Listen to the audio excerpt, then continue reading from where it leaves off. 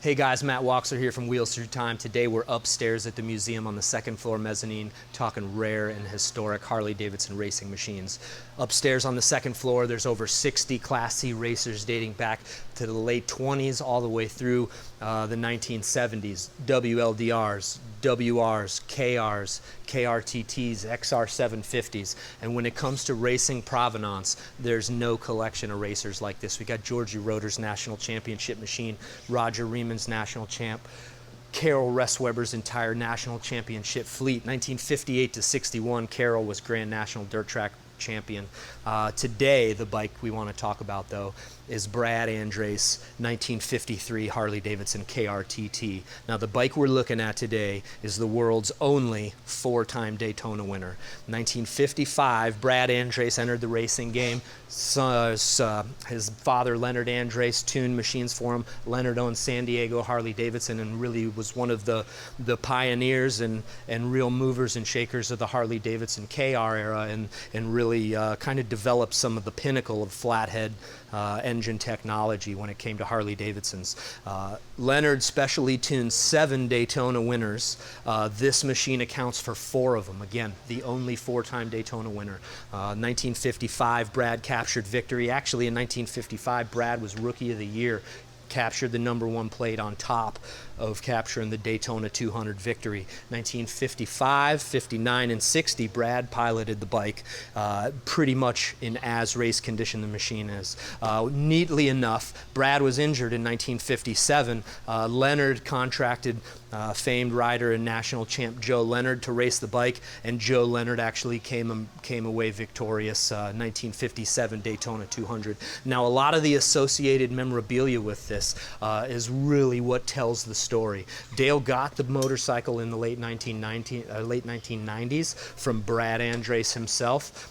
Brad and Dale developed a great friendship, and a lot of Brad's really most historic racers came here to Wheels Through Time. As you can see, one of the prized possessions to go along with the motorcycle is Brad's #1 plate presented to him in 1956. Dale, thanks so much for your help. You are a friend forever. Brad Andres, #1 in 1955. So all sorts of amazing pieces of associated memorabilia here. Brad Andres Daytona AMA jacket. As you can see, here's Brad in 1960, the last year that they raced on the beach.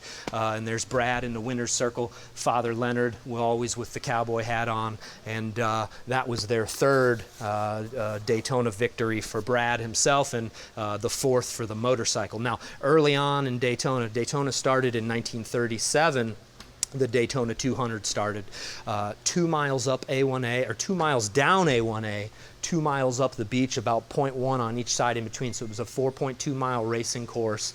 And really on the beach, some of these machines were capable of speeds well into the 120s. This exact motorcycle set the fast qualifier time, fastest time ever recorded on the beach in a qualifier, all 128 miles an hour. If you can imagine 128 miles an hour blistering down the beach on the sand, it's quite incredible. Now, this bike is almost entirely Harley-Davidson racing components.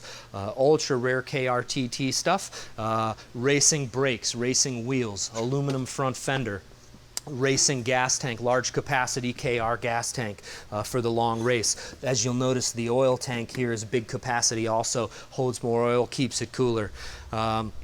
Aluminum rear fender, Bates-style racing seat, enclosed rear shocks to keep the sand out. As you can see, it's the KR racing pipes, rear brakes and rear wheel, also KR racing stuff. Some of the neat pieces on this bike.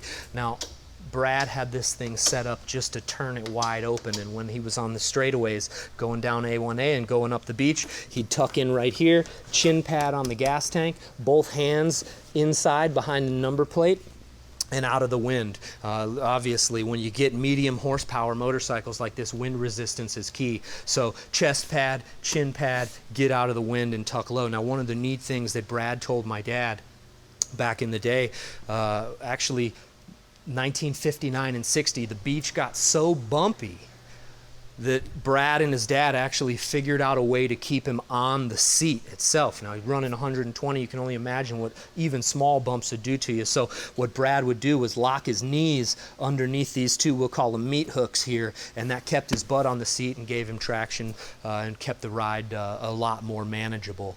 Now, again, most of the associated memorabilia here, you've got original #1 plates. You've got American Motorcyclist magazines with Brad and this bike on the cover in 1960. Joe Leonard, as I mentioned before, in 1957 captured victory on this exact motorcycle. Quite a machine. Brad's AMA racing jacket, some absolutely awesome photos, candid photos here that I want to show you. This is these two here. This is Brad and this is Carol Ressweber running wide open down the beach, and you can see only about a bike length separates them. Same two riders, same two bikes on the road part of the course down A1A. There's no telling these guys could be in the high 120s, even 130s. Again, here's Brad, 1959. And you can see, same machine, still got the #1 plate. There's his dad again, and Brad with the trophy and the checkered flag. And one more, Brad in the winner's circle with Miss Motorcycle. Quite a machine, and when it comes to racing provenance, there's no bike like this. Only 4-time Daytona winner. So what we're going to do is get this thing fired up and going. It makes some incredible noise. These KRs and KRTTs capable of RPMs up above 7,000, 7,500. It makes incredible sound and incredible power. So without any further delay, guys, let's get this thing cranked up and going. Hopefully it's just a couple kicks.